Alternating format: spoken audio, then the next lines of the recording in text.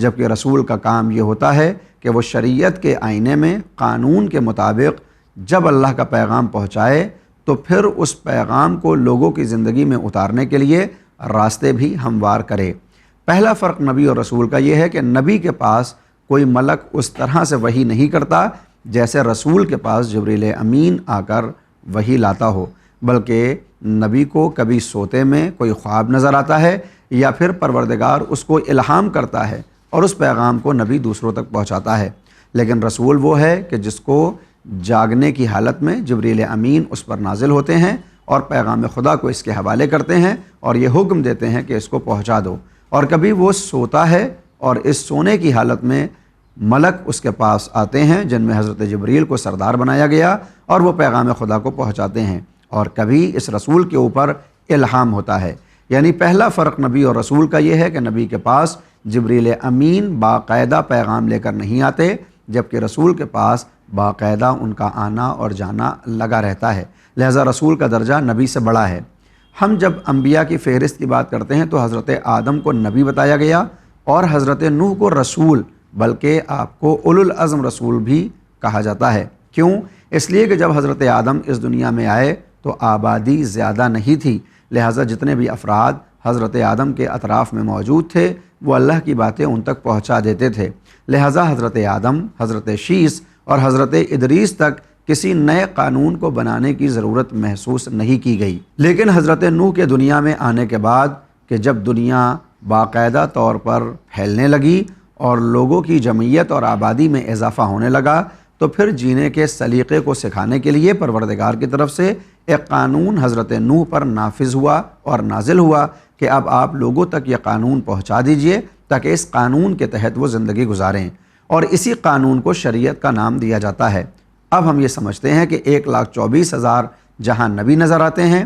ان میں صرف 313 کو منصب رسالت ملتا ہے، اور ان 313 میں صرف اور صرف 5 نبیوں کو اولو العزم کہا جاتا ہے، یعنی صاحب شریعت، کہ ان کے پاس اللہ کی طرف سے قانون بھی آیا تاکہ اس قانون کے ذریعے لوگ زندگی گزار سکیں۔ ان انبیاء میں کہ جن کے پاس قانون آیا، پہلے نبی حضرت نوح ہیں اور ان کے بعد حضرت ابراہیم۔ حضرت نوح سے لے کر حضرت ابراہیم کے درمیان میں جتنے بھی نبی آئے ہیں یا جتنے بھی رسول آئے، ان کا کام کوئی نیا قانون پہنچانا نہیں تھا، بلکہ حضرت نوح کے قوانین کو اجرا کرتے اور لوگوں کو نیکی کی ہدایت کیا کرتے تھے۔ لیکن حضرت ابراہیم کی صورت میں ایک بار پھر پروردگار نے شریعت کو نازل کیا حضرت ابراہیم پر، یعنی ان کو پھر ایک قانون دیا گیا کہ آج کے ماحول میں اور آج کی زندگی میں اس قانون کو جاری کیا جائے۔ حضرت ابراہیم سے لے کر حضرت موسیٰ تک ہر نبی، چاہے وہ حضرت اسماعیل ہوں اور چاہے وہ حضرت اسحاق ہوں، چاہے حضرت یوسف و یعقوب ہوں،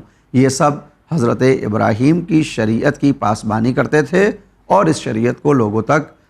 پہنچایا کرتے تھے۔ لیکن حضرت موسیٰ کی آمد پر اللہ کی طرف سے ایک اور شریعت آ گئی کہ جس کو شریعت موسوی کا نام دیا جاتا ہے، اور حضرت موسیٰ نے جو نیا قانون پیش کیا اس میں وہ 10 فرمان الہی جنہیں 10 کمانڈمنٹس کے نام سے یاد کیا جاتا ہے، یہ شریعت بن کر حضرت موسیٰ پر نازل ہوئے کہ آپ اپنی امت میں ان چیزوں کو مطرح کریے اور جاری رکھیے۔ لہٰذا حضرت موسیٰ نے جس شریعت کو پیش کیا اسے شریعت موسوی کہا جاتا ہے۔ حضرت موسیٰ کے بعد جب حضرت عیسیٰ آئے تو ان کی اپنی کوئی شریعت نہیں تھی، بلکہ وہ حضرت موسیٰ کی شریعت کی پابندی کی طرف لوگوں کو بلاتے تھے اور اللہ کا پیغام پہنچایا کرتے تھے۔ حالانکہ حضرت عیسیٰ رسول بھی ہیں اور صاحب کتاب بھی، کہ انجیل جیسی کتاب ان پر نازل ہوئی، مگر بات جب قانون اور کانسٹیٹیوشن کی ہوتی ہے اور شریعت کی ہوتی ہے تو حضرت عیسیٰ کی الگ سے کوئی شریعت نہیں نظر آتی، اور پھر نوبت آتی ہے ہمارے پیغمبر کی، جنہیں ہم حضرت محمد مصطفیٰ صلی اللہ علیہ وآلہ وسلم کا نام دیتے ہیں۔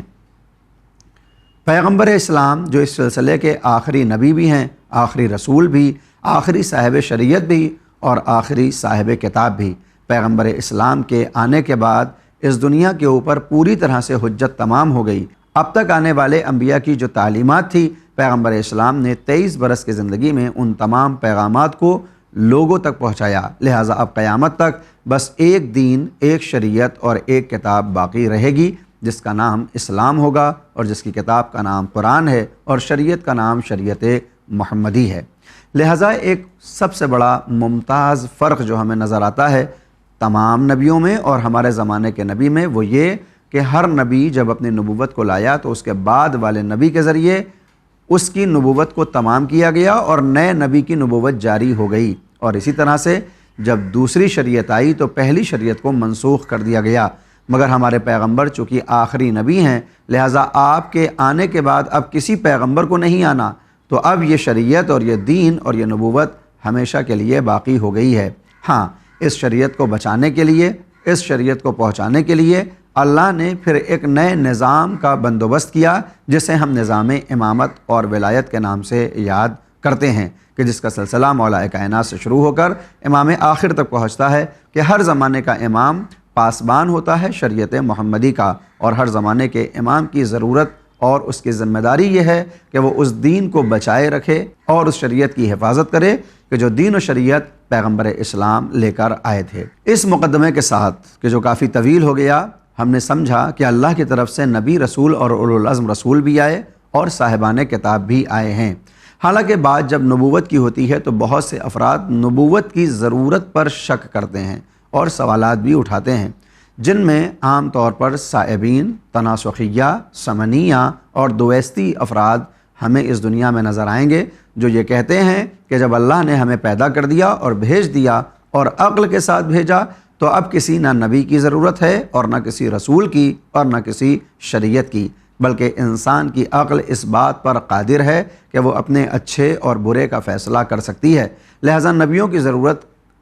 نہیں ہے، اور یہ عقیدہ کہ اللہ نے 1,24,000 انبیاء کو بھیجا یہ باطل ہے۔ اس اشکال کو دور کرنے کے لیے ہماری طرف سے نہ جانے کتنے جوابات دیے جاتے ہیں، جن میں پہلا جواب یہ ہے کہ اگر ہم یہ مان لیں کہ انسانی عقل بس اور بس کافی ہے اللہ تک پہنچنے کے لیے اور اپنے نظام کو درست کرنے کے لیے، تو پھر آخر کیا وجہ ہے کہ ایک سماج کے اندر اگر کوئی حاکم نہ ہو، اگر کوئی رولر نہ ہو اور اگر کوئی حکومت کرنے والا نہ ہو، تو پھر وہاں کے لوگوں کی جمعیت بغاوت کے بعد آپس میں مرتی اور لڑتی نظر آتی ہے، جبکہ ان سب کے پاس عقل موجود ہے۔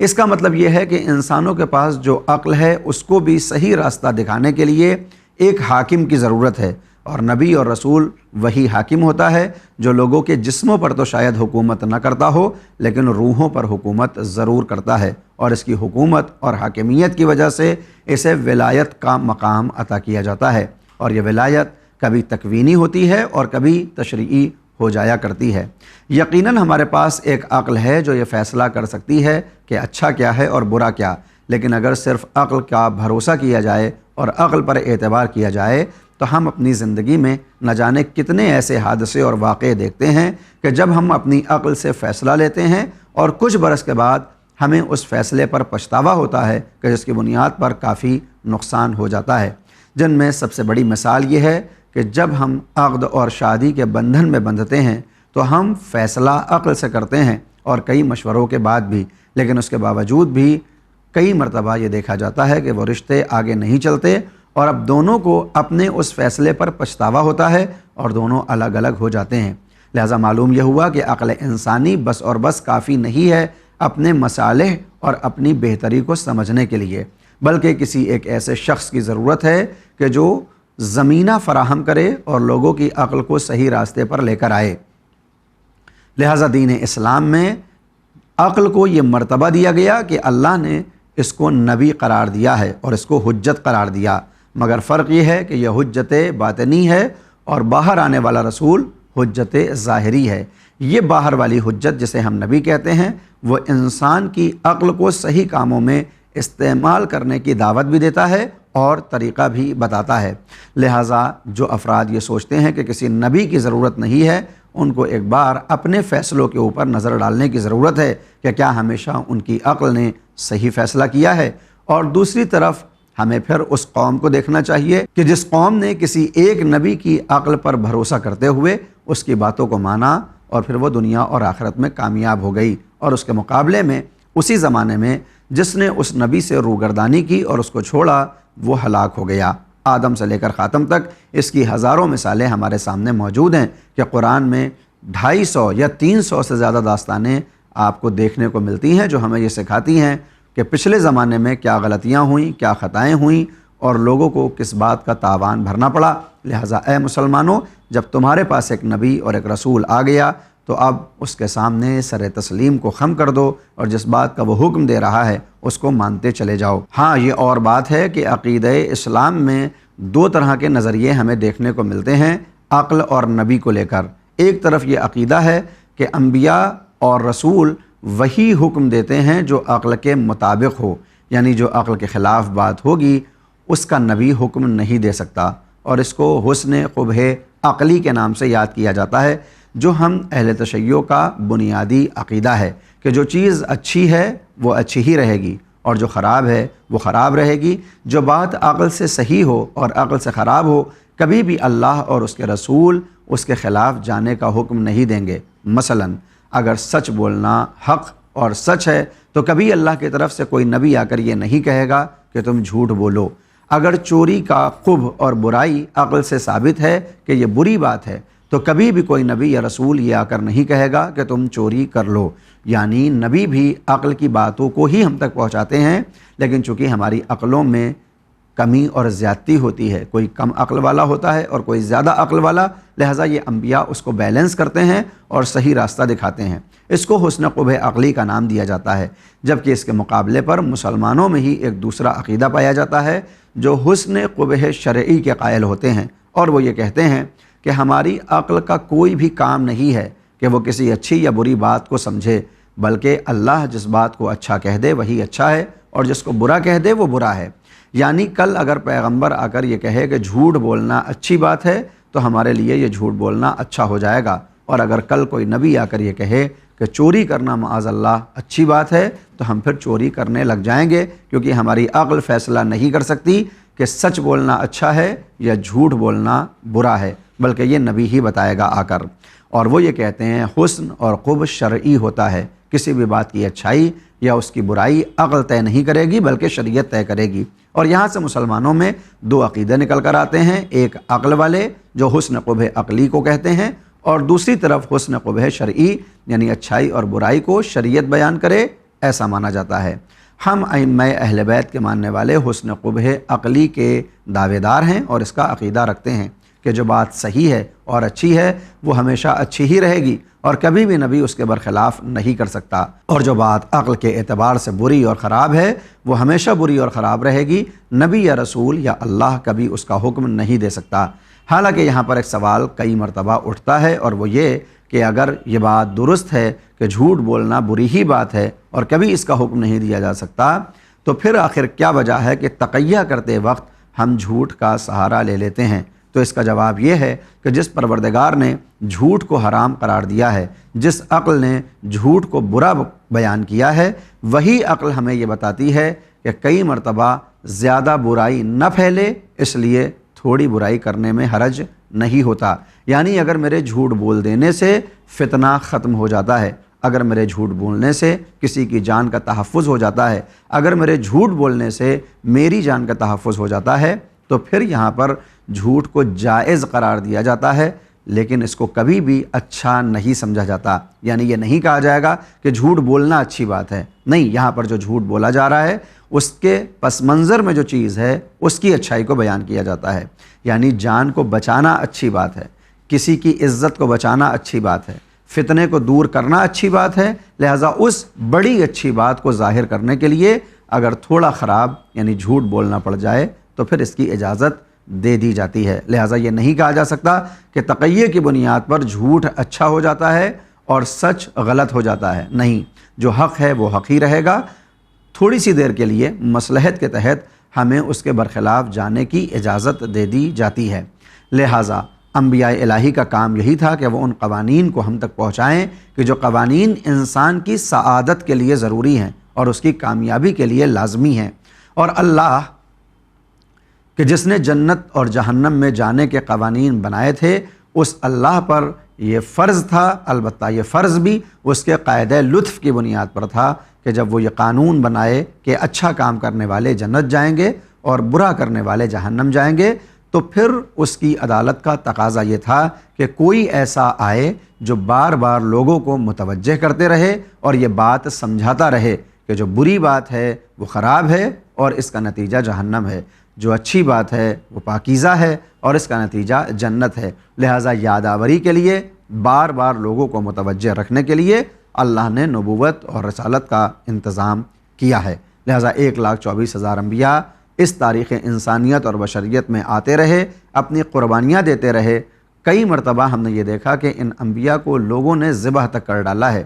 یہاں تک کہ بنی اسرائیل کے لیے جو روایات ہیں کہ یہ ایک دن میں 70 نبیوں کا قتل کرتے تھے اور دوپہر میں اپنے کاموں میں ایسے مشغول ہو جاتے کہ جیسے کچھ ہوا ہی نہیں ہے۔ لہٰذا انبیاء نے جو قربانیاں دی ہیں جس میں شہادت بھی شامل ہے، لہٰذا ہمیں ان انبیاء کی اس قربانی کو یاد کرتے ہوئے ان کے احسانات کو ماننا چاہیے اور اپنی زندگی میں ان کی نصیحتوں کو شامل بھی کرنا چاہیے اور اپنی اولاد کی تربیت کرتے ہوئے ان انبیاء کی داستانیں بھی ان کو بتاتے رہنا چاہیے۔ یہ ہم پر فرض ہے، چونکہ ہم ایک مسلمان ہیں اور ایک مومن اور ایک انسان ہیں۔ لہٰذا ماضی میں اگر کسی نے احسان کیا ہے تو ان کی باتوں کو بار بار یاد دلانا ضروری ہے۔ ہمارا تیسرا عقیدہ جو عقیدہ نبوت کہلاتا ہے، اس کے 2 حصے ہوتے ہیں، ایک نبوت عامہ کہلاتی ہے اور ایک نبوت خاصہ کہی جاتی ہے۔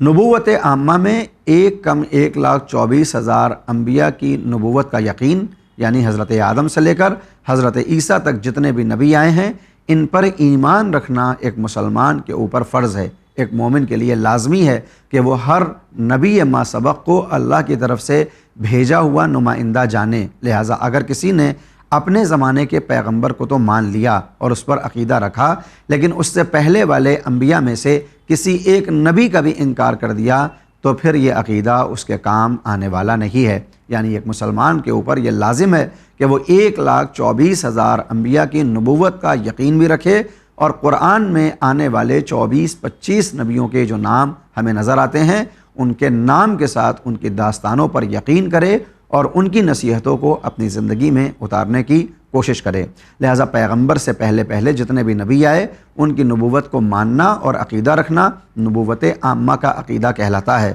اور اس کے بعد ہمارے زمانے کے پیغمبر یعنی ختمی مرتبت حضرت محمد مصطفیٰ صلی اللہ علیہ وآلہ وسلم کی نبوت، رسالت، ان کے صاحب شریعت ہونے اور ان کے صاحب کتاب ہونے اور قیامت تک انہی کے نبی رہنے کی عقیدے کو نبوت خاصہ کا عقیدہ کہا جاتا ہے۔ لہٰذا ایک مسلمان پر جہاں ایک طرف نبوت عامہ کا عقیدہ لازمی ہے، وہیں دوسری طرف نبوت خاصہ کا عقیدہ بھی لازم ہے۔ اور یہاں پر اس بات کی وضاحت بھی ضروری ہے کہ جیسے 1,24,000 انبیاء میں کسی ایک نبی کی نبوت کا انکار کر دیا جائے تو انسان اسلام سے خارج ہو جاتا ہے، اسی طرح اگر ختمی مرتبت حضرت محمد مصطفیٰ صلی اللہ علیہ وآلہ وسلم کے بعد کسی اور کی نبوت کا قائل ہو جایا جائے، یعنی پیغمبر کے بعد بھی کوئی نبی آیا ہے، تو پھر یہ شخص بھی اسلام سے خارج ہو جاتا ہے، کیونکہ ہم محمد مصطفیٰ صلی اللہ علیہ وآلہ وسلم کے صرف نبوت، رسالت یا صاحب شریعت ہونے کا یقین نہیں رکھتے، بلکہ ہم خاتمیت کا بھی یقین رکھتے ہیں، یعنی پیغمبر آخری رسول ہیں کہ جن کے بعد اب کوئی نہ نبی آنے والا ہے نہ کوئی رسول آنے والا ہے۔ ہاں، ہدایت کے لیے اس نے امامت کا انتظام کیا ہے، لہٰذا شیعوں کے بنیادی عقیدوں میں نبوت کے بعد ایک عقیدہ امامت کہلاتا ہے، اور جس طرح سے نبی صاحب کی شریعت کی حفاظت کرتا ہے، اسی طرح سے ہمارے زمانے میں ہمارے زمانے کا امام پیغمبر اسلام کی شریعت کی حفاظت کرتا ہے۔ لہٰذا رسول کو، ہمارے زمانے کے پیغمبر کو صاحب شریعت اور ہمارے ائمہ کو محافظ شریعت کہا جاتا ہے۔ ہمارے ائمہ نے اس شریعت کو بچانے کے لیے، اس کی حفاظت کے لیے قربانیاں دی ہیں، اپنی جانوں کو قربان کیا اور لوگوں کو شریعت کی طرف بلاتے رہے۔ لہٰذا 250 سالہ ائمہ کی تاریخ میں ہم یہ دیکھتے ہیں کہ ہر مصیبت کو برداشت کرنے کے باوجود ان کی کوشش یہی تھی کہ لوگ اللہ، رسول، نبی اور کتاب خدا کے راستے پر چلتے رہیں، اور اس کے لیے جو زحمتیں اٹھانی ہیں وہ سب برداشت کرتے رہے۔ اپنا خیال رکھیں۔ عقیدہ نبوت کے بعد انشاءاللہ عقیدہ امامت کا ذکر ہوگا۔ وآخر دعوانا ان الحمدللہ رب العالمین۔